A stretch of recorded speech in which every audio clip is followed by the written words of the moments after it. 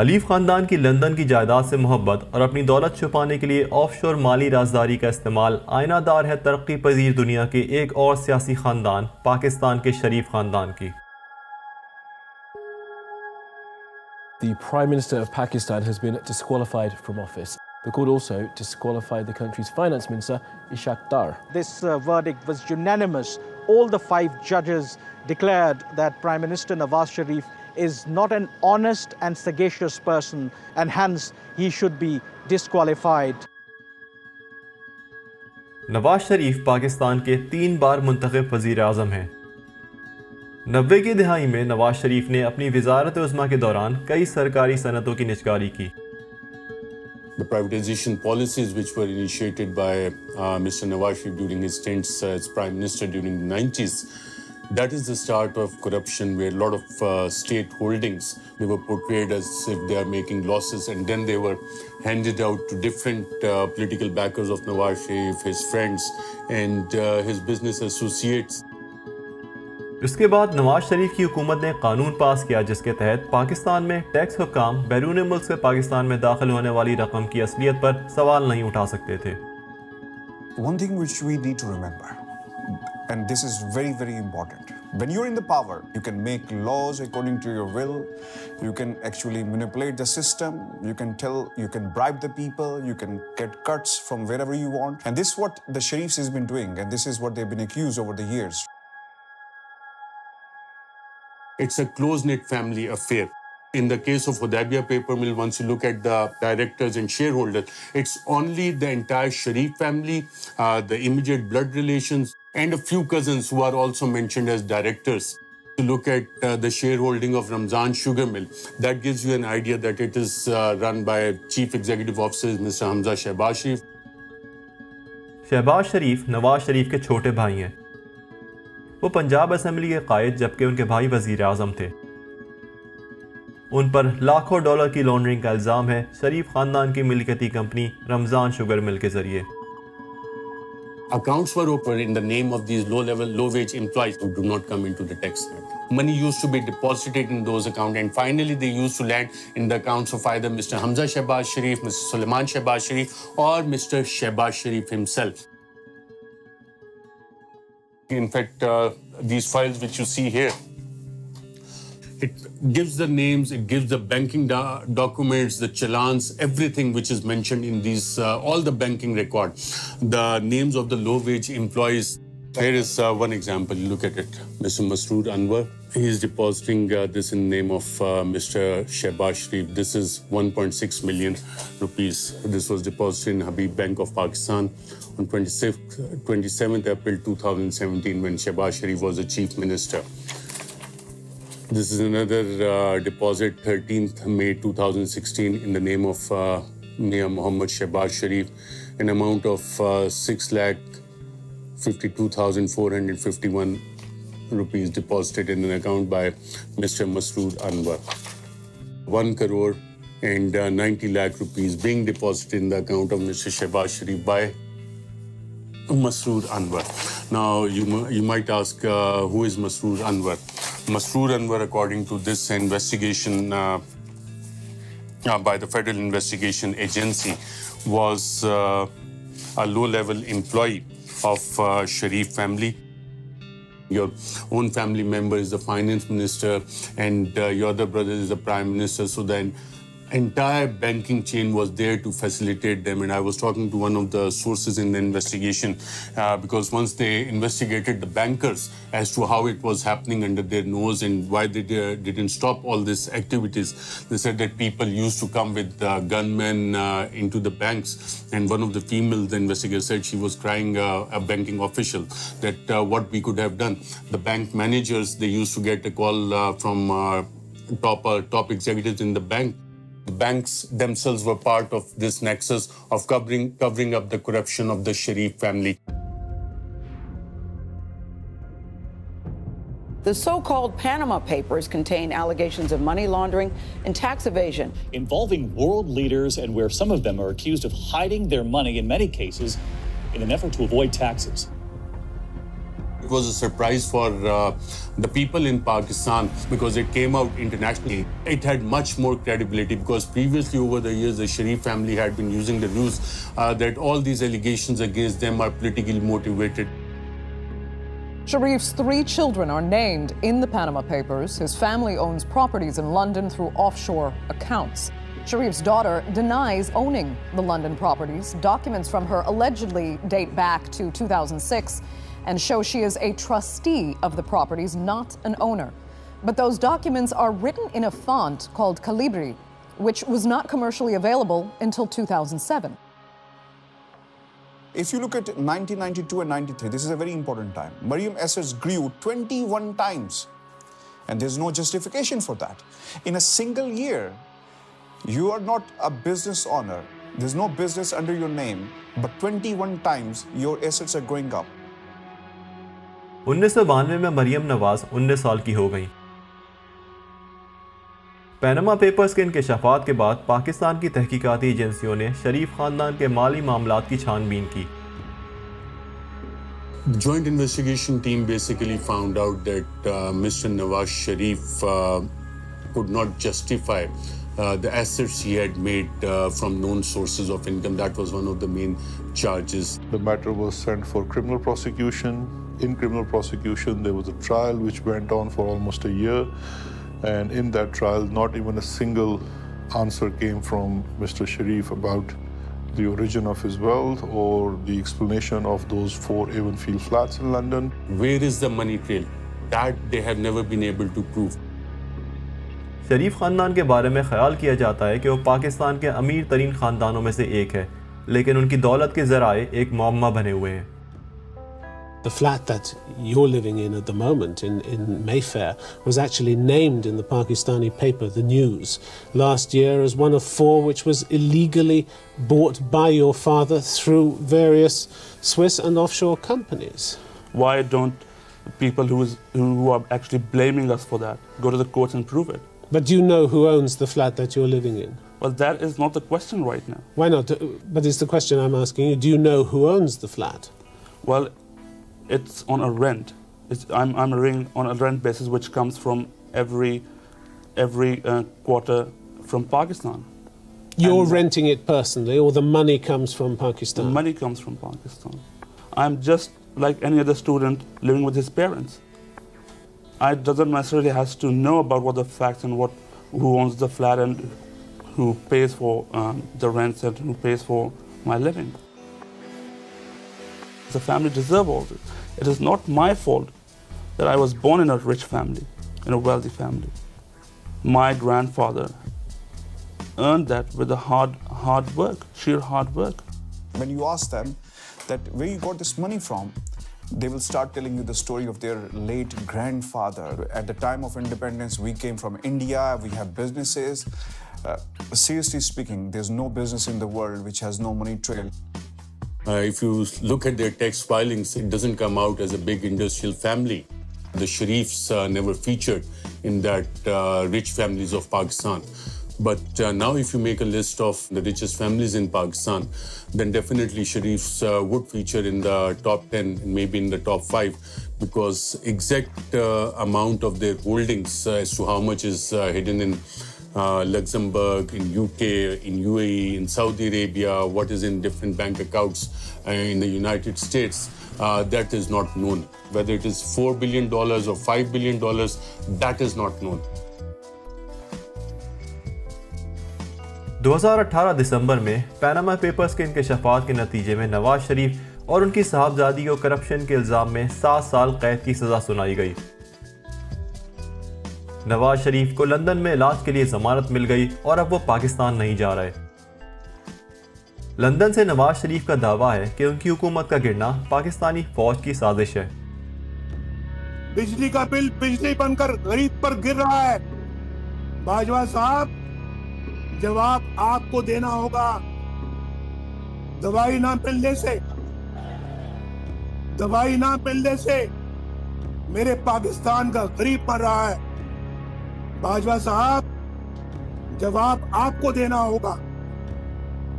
गरीब की रोटी 10 रुपए की हो गई है। باجوہ صاحب جواب آپ کو دینا ہوگا. اور جنرل فیض یہ سب کچھ آپ کے ہاتھوں سے ہوا ہے, جواب بھی آپ کو دینا ہوگا. آپ نے نواز شریف کو باغی کہنا ہے, ضرور کہیے. غدار کہنا ہے, ضرور کہیے. اشتہاری کہنا ہے, ضرور کہیے. ہائی جیکر کہنا ہے, ضرور کہیے. لیکن نواز شریف اپنے غریب اور مظلوم آواز کی آواز بنتا رہے گا.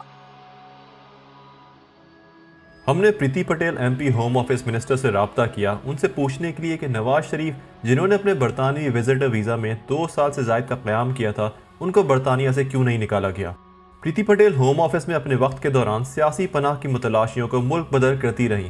اس کے باوجود انہوں نے نواز شریف کے خلاف کوئی کارروائی نہیں کی. پریتی پٹیل ایم پی اور ہوم آفس انٹرویو کے لیے راضی نہیں ہوئے. ہم نے نیشنل کرائم ایجنسی سے بھی رابطہ کیا. ہم یہ جاننا چاہتے تھے کہ کیوں کوئی بامعنی تحقیقات نہیں ہوئی نواز شریف کے اثاثوں کی. NCA ہم سے بات کرنے پر راضی نہیں ہوا. نواز شریف خاندان کے واحد فرد نہیں ہیں جنہوں نے لندن کو اپنا گھر بنایا ہوا ہے. London is the second home of House of Sharif. Hassan Nawaz is here, Hussain Nawaz is here, Hussein's children, Zikriya and another son is here, right? Hassan's children are here, Nawaz Sharif is here. And then if you look at Ali Dar, who is the son-in-law of Nawaz Sharif, Asma Nawaz Sharif, who is the youngest daughter of Nawaz Sharif, she's here. Ishaq Dar is here. Then Shehbaz Sharif family is here as well. Sulaiman Shehbaz is here. Ali Imran, who is actually the son-in-law of Shehbaz Sharif, who also lives in this country. Shehbaz Sharif's daughter, Rabia Imran, is also in this country. And she is actually on a run and wanted in Pakistan. Ali Imran is wanted in Pakistan. Ishaq Dar is wanted in Pakistan. All these people are wanted in Pakistan. Sitting in Pakistan, in a third world country, you look at it as to why most of the people who are wanted by the courts in Pakistan, by the law in Pakistan, they find a refuge in London, UK. It doesn't make sense to me. London سیاسی طور پر بااثر افراد اور ان کے خاندان کے افراد کے لیے پسندیدہ منزل ہے جنہوں نے اپنے معلوم ذرائع آمدن سے زیادہ جائیدادیں جمع کر رکھی ہیں. اس پیسے کو اکثر لانڈر کیا جاتا ہے جہاں اس کے ذرائع اور ملکیت کو پوشیدہ رکھا جاتا ہے اور اس رقم کو عالمی معیشت میں دوبارہ لگایا جا سکتا ہے.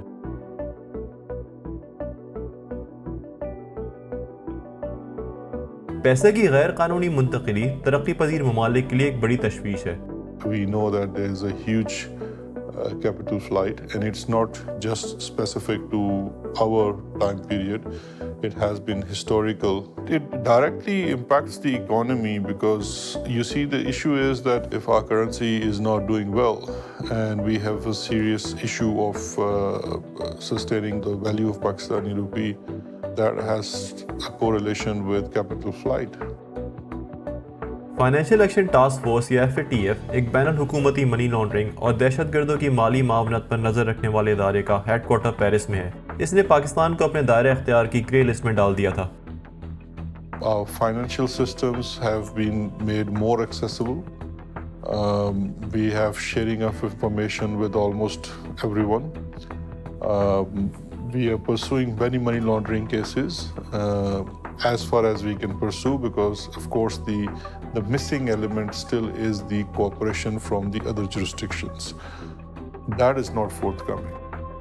And sometimes we wonder that we are in grey list, but the money that has been taken from here is in countries which are not in the grey list. So that is something that, sometimes is like, okay, so why are we in the grey list then? ہم نے interview کے لیے FATF سے رابطہ کیا. FATF نے ہم سے بات کرنے سے انکار کر دیا. ہم FATF سے یہ پوچھنا پسند کرتے کہ برطانیہ، سوئٹزرلینڈ اور لگزمبرگ سمیت دیگر ممالک کے لیے کیسے ممکن تھا کہ انہیں صاف ستھرا سمجھا جائے جبکہ یہ ممالک منی لانڈرنگ کے بڑے مراکز کے طور پر جانے جاتے ہیں جن کی معیشتوں کے ذریعے اربوں ڈالر کی ہر سال غیر قانونی رقم کی دوبارہ سرمایہ کاری کی جاتی ہے. The money is stolen here and it is hidden in the developed countries, in the developed world. If that is happening, it's not just the fault of Pakistani system that the money is able to go out. What I question is the double standards. So, for example, if you ask on one side from countries like Pakistan to have more checks and be more open, we expect in return the same from other countries when we are investigating someone. We will write a mutual legal assistance request to, let's say, Switzerland, and we will say that we have information that Mr. A has a bank account in Switzerland in such and such bank. We don't know the branch, we don't know the account number, but he's definitely in the system, and his identity, date of birth, everything is shared, and we will seek information. And maybe 1 year or 2 years after, we will receive certain questions from saying, can you identify the branch name, or can you give us the account number? Whereas we have said in our first request, we don't have those.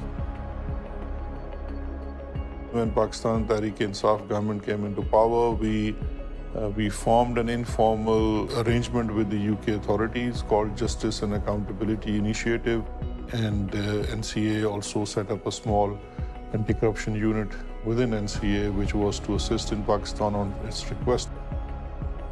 Home office اور NCA national crime agency غیر ملکی ریاستوں کی طرف سے باہمی قانونی معاونت کی درخواستوں سے نمٹنے کے ذمہ دار ہیں۔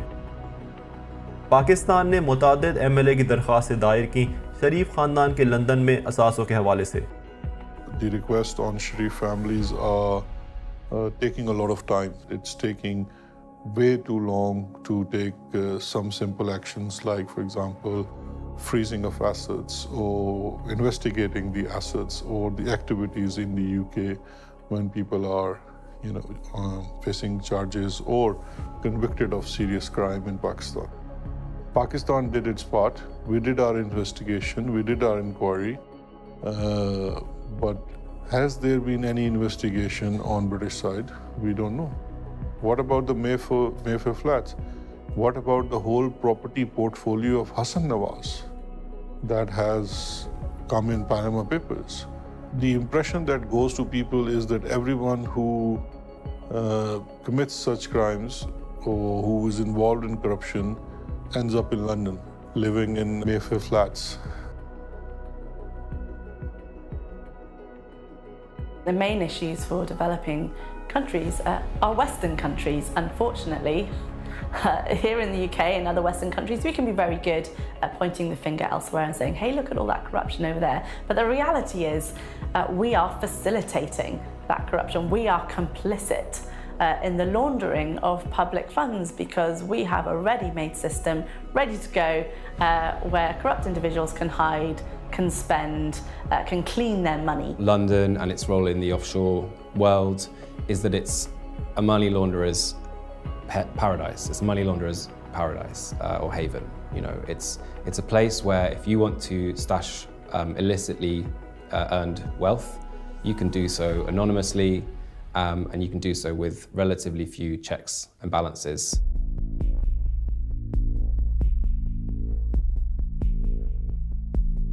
The Russian President Vladimir Putin has launched a major military operation against Ukraine. Thousands of troops backed by tanks and missile fire have crossed the border into Ukraine on every front. Ukrainian President Volodymyr Zelensky called on all of its citizens who were ready to defend the country from Russian forces to come forward, saying Kyiv would issue weapons to everyone who wants them. We've already put in place the largest package of sanctions in our history. Today, the White House announced new sanctions against members of the Russian elite. Tying Russian oligarchs directly to assets is proving very difficult because they're all masters of using shell companies and relatives to hide their true ownership. ان لوگوں کے لیے جو اپنی رقم چھپانا چاہتے ہیں برطانوی منحصر علاقے جیسے کیمن آئلینڈ، جرسی اور برٹش ورجن آئلینڈز پسند کی منزلیں ہیں۔ ماضی میں برطانیہ نے دعویٰ کیا کہ یہ ممالک خود مختار ہیں اور وہ انہیں اپنے قوانین کا حکم نہیں دے سکتا۔ I listened to the Foreign Secretary correctly detail the importance of avoiding sanctions leakage, and she was asked twice in this statement about British overseas territories. I detected a reluctance to go into detail on that. I've been very clear that we will absolutely be including overseas territories in all of these measures we're taking. ہم نے دفتر خارجہ سے رابطہ کیا کیونکہ ہم ان سے پوچھنا چاہتے تھے کہ کیا اب وہ دوسرے ممالک سے غیر قانونی رقم کے خلاف بھی ایسے ہی کارروائی کریں گے۔ دفتر خارجہ نے اس دستاویزی فلم کے لیے انٹرویو دینے سے انکار کر دیا۔ روسی اثاثوں کو ضبط کرنے میں مدد کرنے کے لیے برطانیہ نے اقتصادی جرائم کا ایکٹ پاس کیا۔ اس ایکٹ کا مقصد قانون نافذ کرنے والے اداروں کو برطانیہ میں غیر قانونی دولت کی شناخت اور ضبط کرنے میں مدد کرنا ہے۔ The recent Economic Crime Act basically passed into law that any trusts that are involved in the ownership network of a property now have to declare the beneficial ownership to HMRC. However, that trust register is not public, so we're not entirely sure what information is even on it, whether that information is verified or how effective it is. Overseas trusts that own UK property will also have to register, well, under law will have to register there. I don't know how much that will be enforced in practice. It's hard to say. It's not really clear how exactly that's going to be implemented. And, you know, so for example, if we look at the register of persons with significant control over UK companies, a lot of people complied with that. A lot of companies complied with that, but a lot didn't. They declared what appeared to be potentially nominees. Now, the UK government has promised to reform Companies House. At the moment, Companies House is not empowered to check and verify the information that is submitted to it. It's quite possible to write down, like I said, Mickey Mouse or Donald Duck, not the real beneficial owner, and no one's really going to check that information. So when we look at setting up something similar for the property register, you know, we're likely to encounter the same kind of problems. How many of them are actually going to comply? And if they do, how do we know that that's the real beneficiary who owns that? How do we verify that? It's not hard to see why UK companies have become a vehicle of choice for corrupt actors, for money launderers to use to move and hide their wealth, because the enforcement is weak. ہم NCA سے اس بارے میں بات کرنا چاہتے تھے کہ وہ کیا محسوس کرتے ہیں کہ برطانیہ میں منی لانڈرنگ کے معاملات سے نمٹنے میں مدد کرے گا۔ NCA ہم سے بات کرنے پر راضی نہیں ہوا۔ NCA برطانوی ہوم آفس کا ایک شعبہ ہے۔ ہم یہ جاننے میں دلچسپی رکھتے تھے کہ کیا NCA نے محسوس کیا کہ وہ اس وزارت سے باہر کام کر سکتی ہے جس کا وہ ایک حصہ بنتی ہے، یا اس کی کارروائیوں کو جرم کی پروسیکیوشن کے مفادات کے بجائے حکومت کے مفادات کے مطابق بنایا گیا تھا۔ فروری 2022 میں گارڈین اخبار نے رپورٹ کیا کہ سابق کنزرویٹو وزیر لارڈ فوکس، جنہوں نے 2017 اور 2018 میں بیرون ملک جائیدادوں کے مالکان کا پبلک رجسٹر متعارف کرانے کی کوشش کی، ان سے 4 سرکاری محکموں کے سرکاری ملازمین نے رابطہ کیا اور انہیں بیرون ملک جائیدادوں کے مالکان کا پبلک رجسٹر چھوڑنے کو کہا۔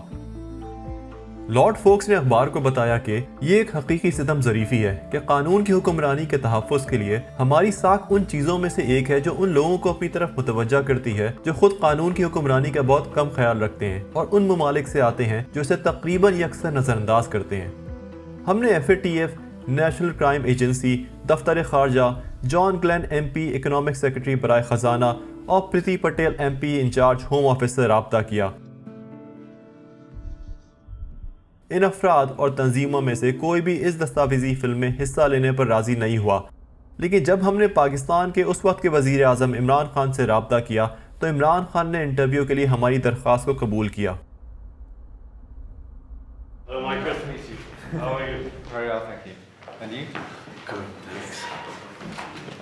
So you're not going to be in the gallery? No, we'll be out. So what is this, sort of like a documentary? Yes, or is it a question and answer? It's a documentary about individuals who've become very wealthy by being at the centre of power and currently have a lot of wealth in London, especially in property. Corruption is not just an issue for Pakistan. It is an issue for all the poor countries. In fact, I've come to this conclusion that countries are poor only because of corruption, and corruption of the elite. It's the corruption of the powerful that destroys a country, not the corruption of the weak. When I, as a Prime Minister, if I want to make money from my country, steal money and then send it abroad, I can only do it if I weaken the state institutions that would check my corruption. So the institutions get corrupt and they get weaker and they cannot stand in front of the powerful. The richer countries must come forward and treat money taken out of poor countries, money laundered out of poor countries, the same way as terror financing and as drug money. Because these two, terror financing and drug money, affect the richer countries, the laws are very strict. But there's hardly any attempt to stop this plunder of the poor countries. I feel that there is no incentive for rich countries to repatriate money or take action against these people because they benefit from them. There are countries that are benefiting from money stolen from our countries and which are parked there. They are benefiting from billions of dollars which flow into their properties and their businesses, stolen from this country. So what incentive would they have? We are the ones who suffer. And this is the dilemma. We don't have the resources to get the money back, and they don't have any incentive to send it back to us. So this is the big problem which the entire developing world is facing.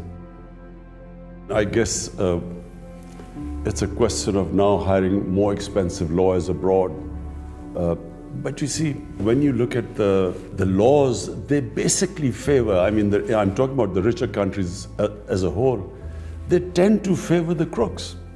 It is so complicated to get your money back.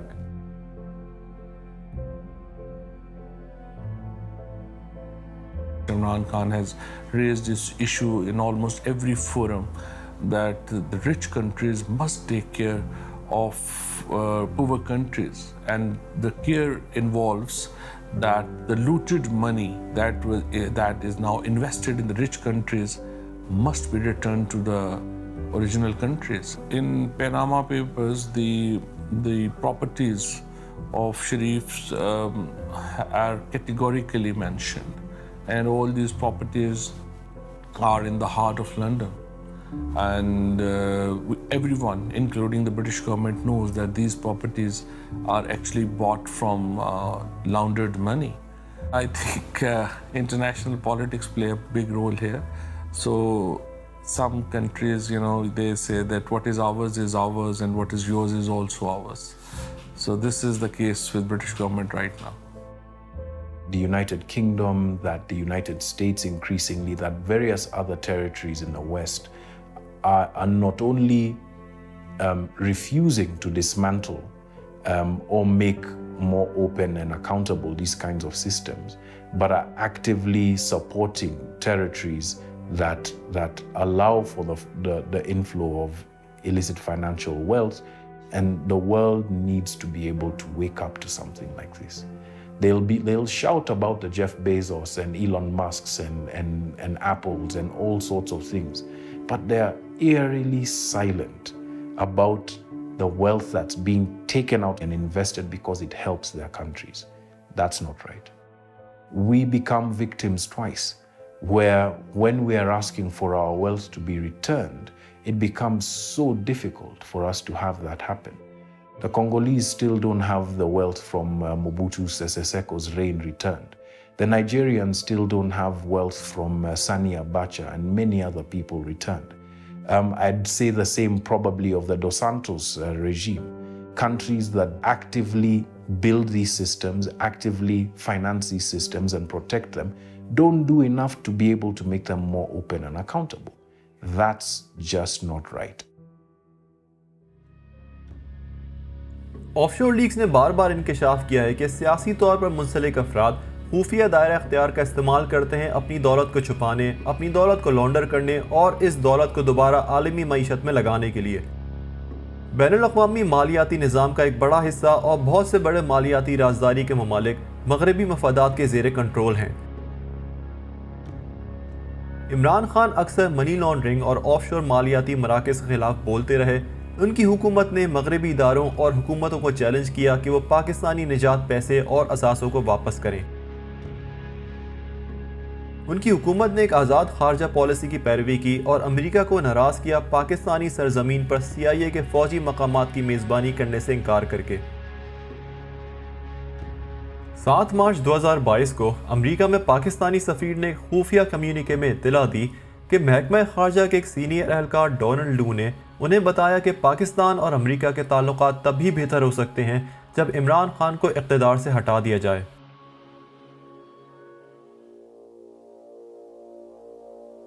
Khan actually accused the US of being behind a conspiracy to get him ousted from power. The Prime Minister of Pakistan accused the US of working with the opposition to remove him from power.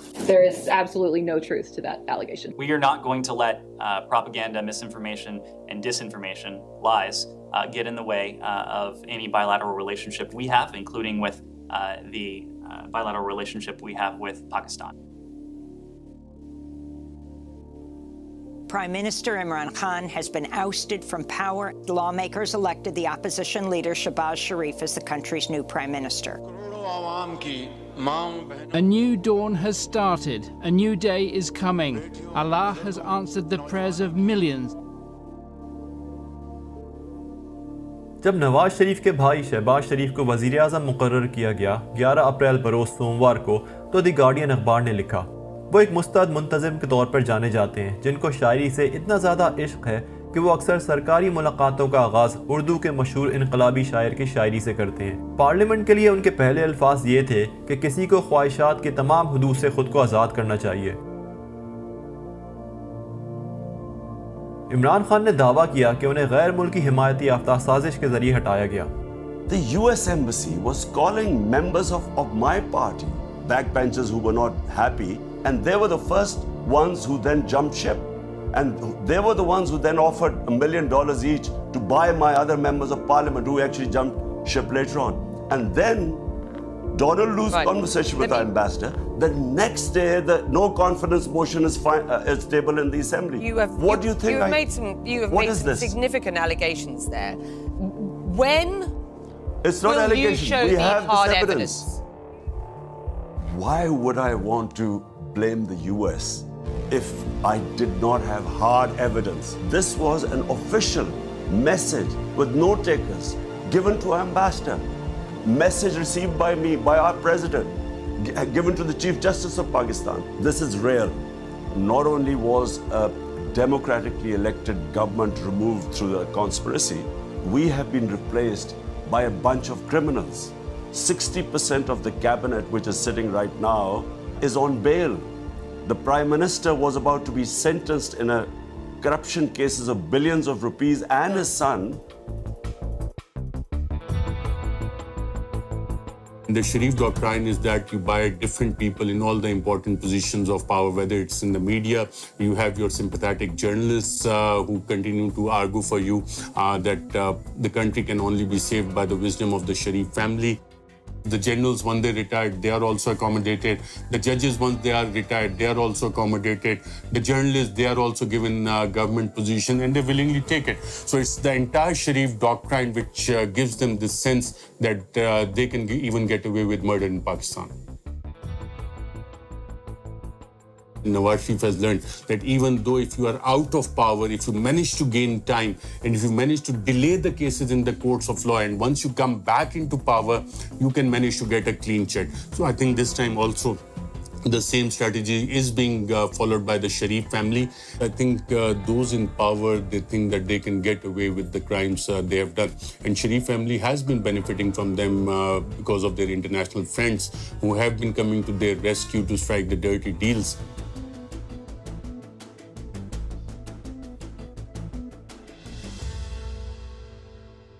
किसी ने एक बार कहा था कि अपनी सोच से बढ़कर दौलत जमा करने के लिए ज़रूरी है कि वो ऐसे अफराद के करीब हों जो कवानीन बनाते हैं और जो उन कवानीन को नाफिज करते हैं। जब शहबाज शरीफ की मखलूत हुकूमत की तकर्रुरी हुई तो उसके पहले इक़दामात में से एक कदम एक तरमीम मंजूर करना था जो कौमी एहतसाब ब्यूरो के इख्तियारात को महदूद करने के लिए था, जो जिम्मेदार था अवामी ओहदों के हामिल अफराद के वाइट कॉलर क्राइम की तहकीकात का। तरमीम जो जून 2022 में मंजूर की गई थी, साबका तौर पर नाफिज होना थी। तरमीम में कहा गया था कि अदालतों को 1 साल के अंदर केस का फैसला करना होगा और कहा गया कि अगर गिरफ्तारी के बाद खातिर ख्वाह सबूत फराम ना किए गए तो गिरफ्तार करने वाले अफसर को झूठा रेफरेंस दायर करने पर 5 साल कैद की सजा हो सकती है। ڈاکٹر محمد رضوان 47 سالہ چیف تفتیش کار جو انچارج تھے رمضان شوگر ملز کیس میں شہباز شریف اور ان کے خاندان کے خلاف تحقیقات کے، دل کا دورہ پڑنے سے 9 مئی 2022 کو انتقال کر گئے۔ اسی کیس کے ایک اور تفتیش کار کو دل کا دورہ پڑا اور ان کی حالت تشویشناک ہے۔ ملک مقصود، جن کے اکاؤنٹس کے ذریعے پروسیکیوٹرز نے شریف خاندان کے مختلف افراد کو 3.7 بلین روپے لانڈر کرنے کا الزام لگایا تھا، تفتیش کاروں کے ساتھ تعاون کر رہے تھے جب انہیں بھی دل کا دورہ پڑا اور 7 جون 2022 کو ان کا انتقال ہو گیا۔ 49 سالہ رمضان شوگر ملز میں چائے پلاتے تھے، جہاں ان کو تقریباً $300 سالانہ تنخواہ ملتی تھی شریف خاندان کی کمپنی میں اپنے کام کے لیے۔